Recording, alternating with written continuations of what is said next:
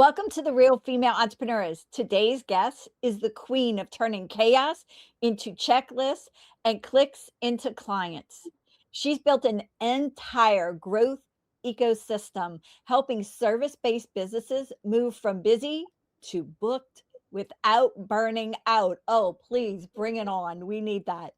And from high converting campaigns to smarter loyalty and scroll stopping content. She blends creativity with conversations like a pro. Oh, and by the way, you want to know more about franchising? She's your girl because she is strategic, innovative, and globally minded. Please help me welcome the amazing and wonderful Laura Ridley, the founder of the Checklist Group. Welcome, Laura. Hello, thank you for having me. Oh, you're so cute and you're hilarious. Okay. All righty. So, first off, something had to happen to get you to start the business that you started. What chaos was there? Come on, bring it on. Yeah, I mean, I think like any entrepreneurs, I feel like with entrepreneurs, they can't be employed, right? I think we've all been there where you've been employed and something doesn't feel right, and you feel like where you are within your life at the moment is not enough. And I think as I went through working with multiple different small businesses, big corporations, I was always that person that could not be, focused on one task. I couldn't be pigeonholed. So I always try to do other things outside of the scope. And I think that goes against what most big corporations want, right? They want you to stay in your lane and follow the systems and the processes. So from there, I've realized that because of that, I probably wasn't suited to employment. And I realized that I need to put myself out there to create my own thing. So just like any entrepreneur, I quit my job without any backup. I figured out how much money I needed to survive within each on a week to week basis. Lucky I was only 23 years old. So I didn't have a whole lot of expenses compared to now. And I got a really casual job in a gym, did some sales calls on the side, pretty much just made how much I needed to make, which was back then was $600 a week, until I created something what I was passionate about. And once I figured out what I was going to be create, I just hustled. And within a month, I was making 12K a week. So yeah. So, I mean, I think that's how most entrepreneurs launch, right? You force yourself in the deep end and see if you can swim. So, what exactly do you do for entrepreneurs, other business owners? Let's go ahead and get some clarity on that as well. Because, oh my God, franchising like there's no tomorrow. That is amazing. Yeah. So we niche in working with franchisors and franchisees. So we specifically are around marketing and sales. So one of our parts of our business is we work with franchisors to help with franchise recruitment, where we create systems, processes, sales strategies, content to help capture the right avatar and the right franchisee for the business to help scale. And then from there, a lot of the time, the franchise companies recommend us to their franchisees to also help do pre-sales and launch strategies to ensure that their businesses are successful before they open their doors. Wow. Yeah. And that, yeah. So what else do you do beyond that? Because you do some social media, you have a checklist. Explain that checklist. I bet you, oh my God, people would probably do backflips for that checklist. Yeah, so it's mostly everything from setting up workflows, creating nurture sequences, generating leads through Meta and Google, and then helping the prospect or the team or whoever's we're running the campaigns for to help provide a pitch strategy or a sales call strategy to help them convert the people over the phone into paying customers or paying franchisee. So there's steps by steps. I mean, it takes 7 points of contact for someone to be ready to purchase. So our goal is to really hone in on those 7 points of contact to help warm a lead, to educate the lead, to inspire the lead, to motivate the lead, to get them to take action in whatever we're trying to market. So you do everything that we hate to do, basically. Maybe the sales calls, I would say. I mean, I think a lot of people shy away from sales calls. I think there's a lot of people out there who are really passionate about marketing, and especially in the world we live in, where everyone has an iPhone and you can go out and create your own content. Everyone's social media experts these days. I think where most people shy away from is trying to qualify proper people and create a high quality lead, and how to have the right sort of conversations to move the needle. And more often than not, because sales does take time, as I said, it takes 7 points of contact. A lot of people give up after one phone call because, one, they hate being rejected. Two, they don't have the time to be able to do it. And it's pretty boring calling people that don't ever pick up their phones. Let's be real. So although we don't do the sales calls specifically, mind you, I have ran a sales agency for over 6 years, and we've only just stopped that after once I had children. Now we coach franchisors and franchisees in how to really come up with a 6-step sales process, which they can follow the dotted line and keep consistent. So then they do generate the results that they're looking for from the campaigns. Wow. And you help with those funnels too, correct? Because that's part of those touch points as well. Not just the sales call, but I mean, and that's more, I'm sure, when we deal with that, because I know sometimes they say because we're not just a personal sales call, but those touch points, sometimes it's more like 15 times. Is that correct? Yeah, so I think we're the biggest gap at the moment for franchise brands or franchisees, or to be honest, any service based or small business owner, is putting in the time to create nurture funnels, content that, speaks to the people that they're looking for, creating client testimonials, social proof, really educating them on the reasons why they should take action and the benefits, how it's going to help them.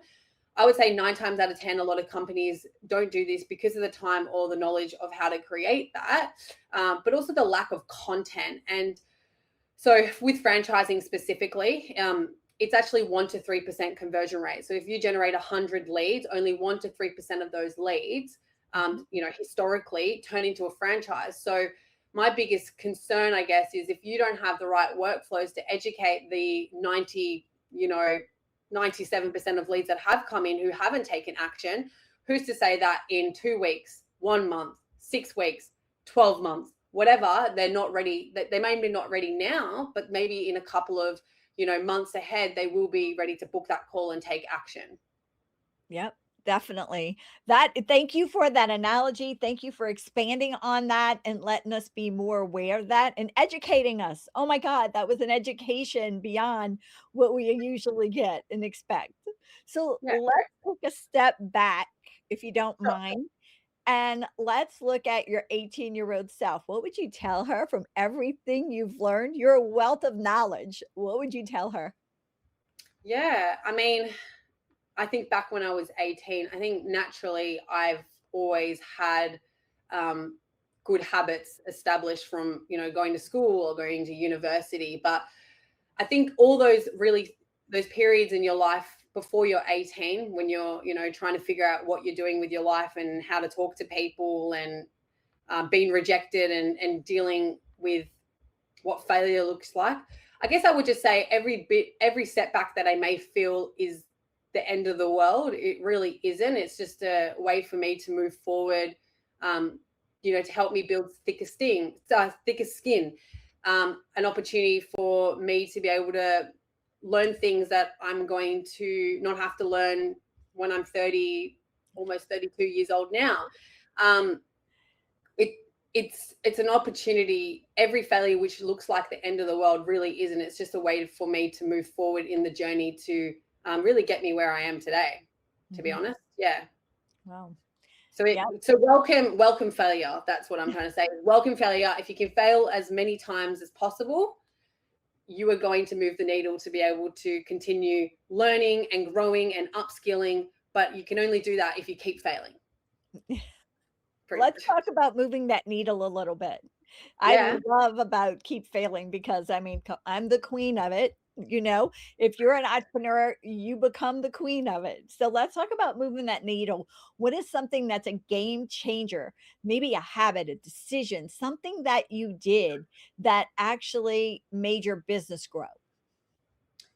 Being consistent and not being a perfectionist. I Ooh, Yeah, ooh. yeah. So I I think a lot of people, when they start a business, they want everything to be perfect. And more often than not, they don't want to launch something, or they don't want to go out and about and put it in front of someone because it's not perfect. I'm definitely not a perfectionist, which I think has served me. I'm more of a speed is your advantage. So the faster you can move, um, the faster you can get to the finish line, I guess you could say, even though there's never a finish line, let's be real.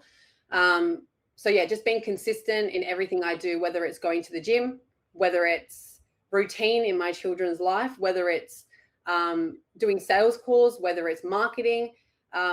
I will never think twice about launching something. For example, I just did a LinkedIn post. I think it took me 5 minutes. It was on my mind. I put it up and I launched it.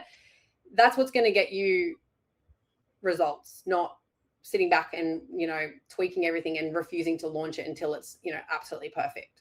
Yeah, I tell people all the time, if I would have waited till the whole magazine, my first magazine was perfect, I mean, every single month, to be honest with you, every single month, I look at it and go, "Oh my god, I wish I woulda did this different after it's gone out. I wish I would have done this Mm, different." mm. And because it's, you look at it afterwards and you can critique everything until the cows come home, but guess what? It's Yeah, just what for it is, you sure. gotta do it. And I think when you're, I think really anything below $1 million turnover per year, I think you are still in that kind of hustle mindset of just getting to that growth period where things aren't perfect. The people that you employ, the content that you put out, your workflows, everything. Obviously, what we do for our clients, by all means, is way better quality than what I do for myself. But when you're in that kind of below 1 mil, you kind of have to just go with it and keep going with speed until you get to the 1 mil, and from there onward it is adapting your systems and your processes, and the quality really starts to improve after that because you have resources to be able to invest in to make it better quality, if that makes sense. Yeah. Oh, no, 100%. So, what is so you already said perfectionism, but is there Mm. something else that you think that, entrepreneurs need to actually stop believing, before they get in the business or while they're in the business to make a change? So I think I think when one thing, and I don't know if this is answering the question properly, but I think one thing that I've noticed is when you're small, people are kind of like they praise the underdog, right? They praise, like, if you're small, you're like, yeah, keep going, like you're doing such a great job, and you'll get there. It's very positive mindset, and I don't know if it's the same in the US, but in Australia we have a thing called small poppy syndrome, right? Which is it's very much a part of the Australian culture, which is probably a little bit sad. Where once you start being successful, more often than not, that attitude changes, and it's more people probably despise of your growth, which is can be a little bit daunting. It can be a little bit confronting. You end up noticing more people are not celebrating your wins, and you really have to choose who you put yourself with, and really choosing those that are supportive. You put your more energy into them than those that aren't, because more often than not, it's a reflection of um, how they're going, really. And I think, as if I had given anyone advice, is this is very normal. It's the more successful you become, the more confronting and people are going to say things. And I think it's just being able to not take note of it and not jeopardize your growth because of it, because it can jeopardize your growth if you start hearing things and people start saying, oh, the reason why you're successful is XYZ. And by all means, I don't have this happen to me, but I know that it does happen. It can actually cause you to take a step back And I think that's really important, not to listen to others or listen to your own insecurities to stop you from continuing to grow. So, yeah, Thank you for that, because that is so true. Because as you grow in business, you have to change who you actually hang out with because of those situations that you're talking about. And it happens absolutely. to all of us. Mhm. Yeah, absolutely. Yeah, 100%. All right. Oh, this one's going to be fun for you. You Okay, ready? let's do it. All right. Life balance. How are you balancing business, family, and everything? Yeah, lucky I'm organized. I say this to everyone. I think when you become a parent, you actually become the most efficient person in the world, right? Anyone that does not have children, and by all means, I don't know if you have children or not, but I don't, but I did raise my husband's grandson who is at you know 6 months about it. old on, and he's 27, so I You know about understand. Yeah. I think time when you have children, there's no doubt about it, or when you're looking after children, there's no doubt about it that being time poor is a thing, right? But I think it's a choice. I think it's a choice if you're going to let that be your label, or are you going to just set boundaries? And I think before I had children, I used to work from like 7 a.m. in the morning all the way till 10 p.m. at night. And that's all I wanted to do. And it was happy days. And I'm like, yay, this is fun. Like I'm working on my business. When you become a parent, it's like you don't have that option because they need just as much time. So now I work from 8 a.m. till 4:30. And as soon as 4:30 hits, that's it. I switch off. So that's how I balance it. We live on the Gold Coast as well. So I'm originally from Sydney in Australia. And 3 years ago, we decided to move up to the Gold Coast, which is about an hour flight upwards. Gold Coast is it's kind of like a holiday destination. So we're right near the beach. It's very nice. But I have no family here. I Oh, have no family here. So my partner, he's English. His family's in England. oh, My wow. family's in Sydney. So we have zero help. But yet, because I've not allowed that to define myself and cause it a problem, I made it work. My kids go to kindy. They love kindy, which is preschool. Not sure where you call it in the US, daycare. Mhm. Um, and but every Friday I have off with them. Every Friday I have off with them. Saturday, Sunday I have off with them. And then I just grind it out Monday to Thursday from 8 till 4:30. And like I said, when they're back home with me, that's closed book. It's time to focus on family time.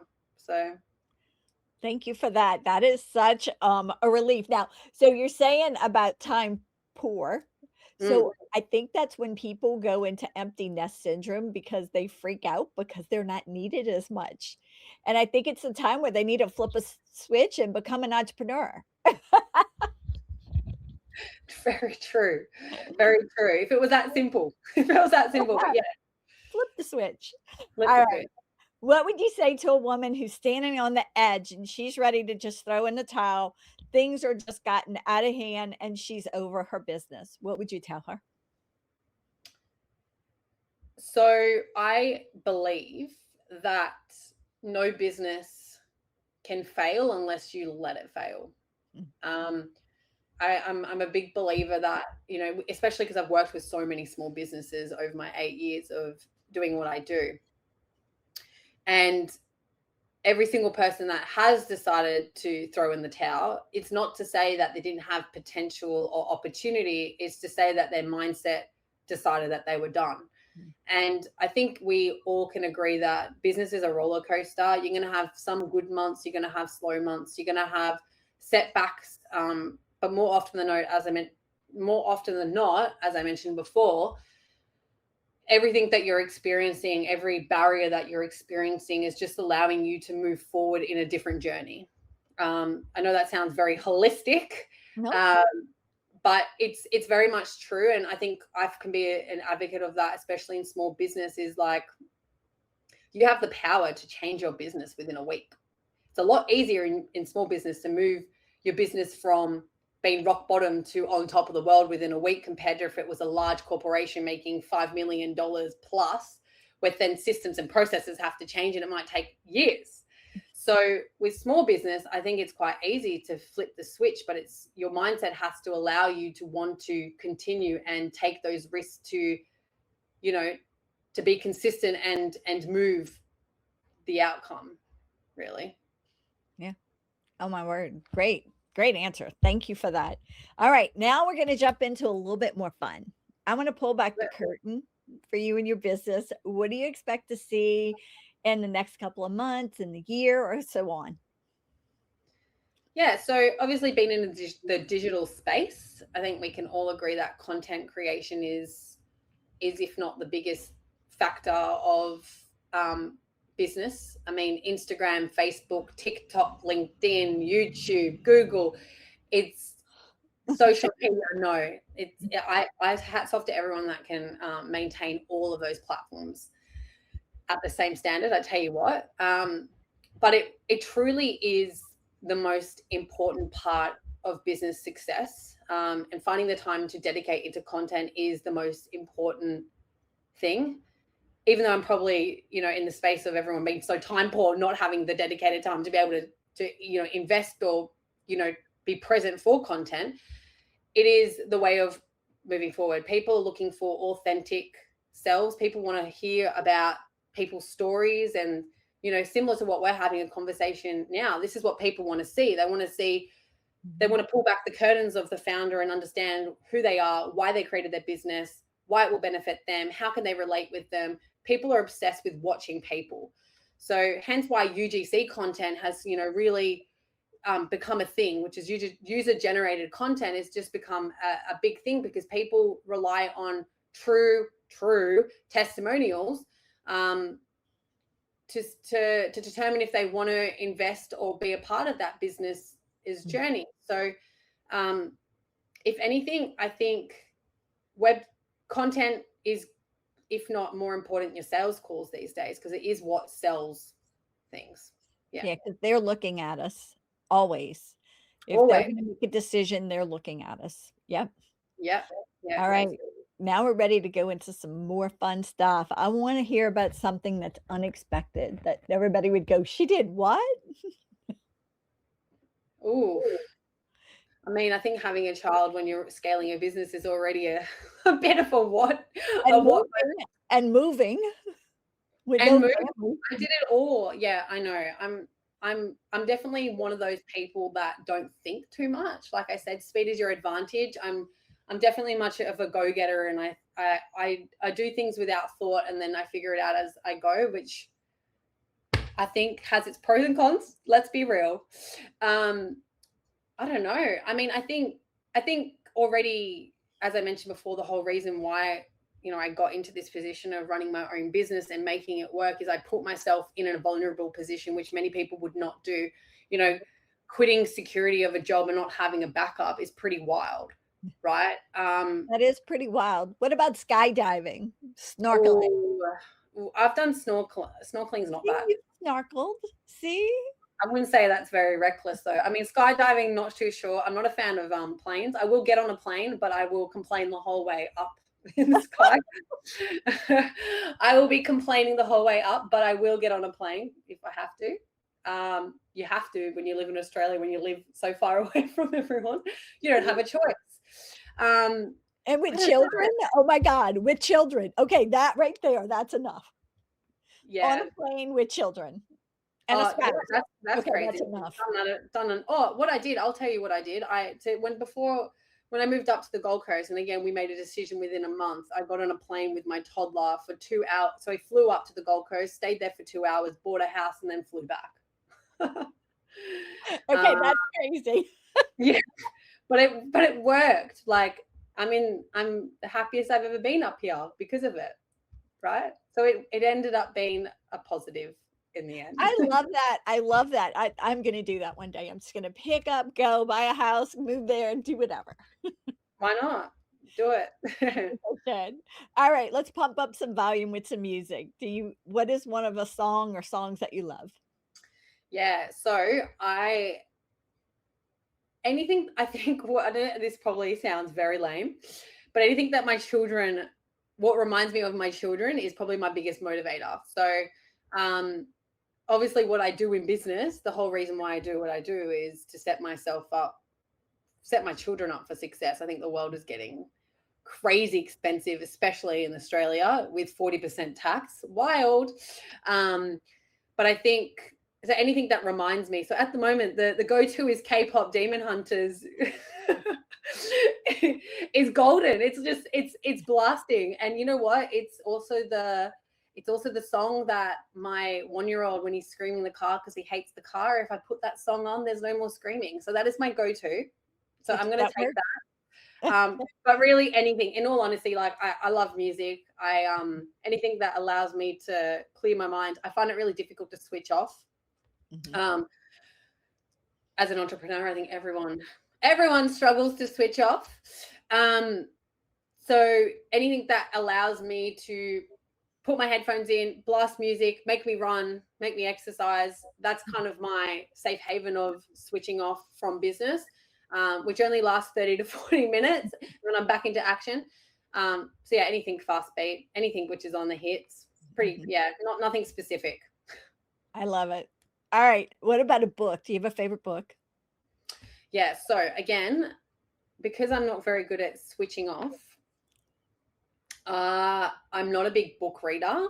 I'm not very good at personal development. Something that I think last year was my New Year's resolution. I also said I'm going to focus on personal development, and now we're into 2026 and I still haven't focused on personal development.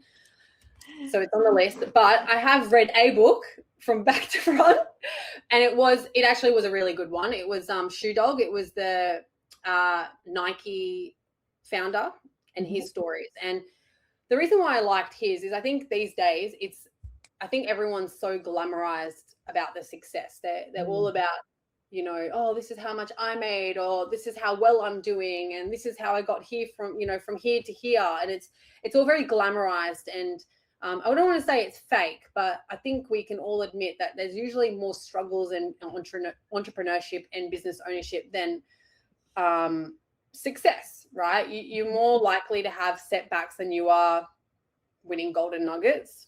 Mm-hmm. And I think with the Shoe Dog, which was about the founder and how he started, he goes through all the failures and the struggles rather than pointing out all the positives. And I think it's all about the journey. So I think if I think about one, I would say most books tell you about how they, did so well in business and this is what they did. This one actually told them the failures for people to understand that failure is necessary in order to move, to the journey that you want to achieve. Yep. Remember, I love journey. Remember, my quote stays on my finger. So what is your quote? Yeah. So I have a few different quotes, but the Winston Churchill, and I'm going to read it over here because I can't remember it off by heart, was success is not final, failure is not fatal. It is the courage to continue that counts. So success is not final, failure is not fatal. It is the courage to continue that counts. And I think we've already spoken about it quite a few times, but I feel like, as mentioned, it is so true. Like you are in control of your success. You are in control of how far you want to go with it. Whether you are content making 300K per year or 600K or 1 mil or 2 mil, in the end, you can keep pushing forward as long as you are wanting to. And the bigger you grow, the more failures and struggles you're going to have. There's no doubt about it. But the willingness to want to keep going is what's going to determine how far you get, right? Mm-hmm. Yeah, that's why I like it. I love that quote. That's amazing. So what about a superpower for 24 hours only? What would it be? 24 hours superhero. I would probably choose time control. A lot of people, when I was thinking about this question, I would like to fly, and I would like to, be invisible. And I feel like that's my like old self or my child self wanting to choose those powers. And there was no like reason for it. It just sounded cool, right? But I feel like time control, now that I have children, as my kids continue to grow, time is time is a thief. It's crazy. I just see, with my first child, I felt like pregnancy, and I felt like when, from 0 to 1 went so long because you're like trying to figure out how to run a business. And I was, he didn't go to daycare, and he was with me whilst on sales calls. And, I didn't do that with my second, but with my second, I feel like he was 0 like 2 months ago. Like he just got born 2 months ago. So yeah, I feel like one day I'm going to look back on this and be a little bit sad that my kids are all grown up. Yeah. So time control it is. Time control. All right. Motivation, control, on demand. What would it be? Yeah. So if you haven't realized, I'm quite a passionate person, quite a motivated, passionate person. But I think, so it's quite rare for me not to be motivated. I probably have like undiagnosed ADHD, I'm sure. But I think motivation's not really a problem that I struggle with, but I would say probably not burnout. I don't want to say burn. I don't necessarily believe in burnout, but I would say just lack of sleep, being tired, always running on, 100 miles an hour can be exhausting. So I guess, yeah, listening to music, exercising is a really big thing for me at the moment. I make sure, and I've always consistently done it, I make sure I do my 3 to 4 sessions per week. I've started running more as well, which I sort of love, but I do it because it's good for you. So yeah, any form of exercise, hanging out with the kids, listen to music, going shopping. Who doesn't like shopping? Yeah, anything like that, just to be able to switch off, to be honest. Yeah. All right. What's the best way for our audience to stay connected with you? Yeah, I mean, social media, right? Following, just if you were to like, yeah, social media, LinkedIn, getting on Instagram, sending us a DM, any of that. We're very much on top of Instagram and LinkedIn, more so probably than the other platforms. Or obviously we do offer a discovery session to learn more about your upcoming franchise, or your if you're a franchisee wanting to launch your business, we do offer a discovery session just to have a chat and see if we're the right fit for you as well. And that can be done on the website. And what about a mic drop moment? Is there anything you'd like to share with the female entrepreneurs out there? I think don't let anyone tell you because you're a female that you can't do everything. So if you are running a business, or if you're employed, doesn't really matter, and you want to have children, don't think, just do. Like me, that's my mentality, because you will work it out. You will work it out with, regardless of where you are within your life. If you feel like, oh, right now is not the right time, it's never going to be the right time. In all honesty, I think you just need to go for it. It's kind of like having my second child. Like, we were in a growth phase, and I was kind of like, you know what, just do it and we'll figure it out. And this year we've grown by 40%, with a baby who doesn't let me sleep. So I feel like that, yeah, that's my, so-called mic drop moment, is being a female does not, it should not be a barrier to be able to do the things that you want to do in life. You can do more than one thing. You can be a mum and run a business. You can be an employee and run a business. You can be an employee and have a child. You can honestly do multiple things. You don't have to do one thing. Laura, thank you for being here. It was such a blessing having you. Thank you. Thanks so much for having me. Thank you. Bye-bye. Bye.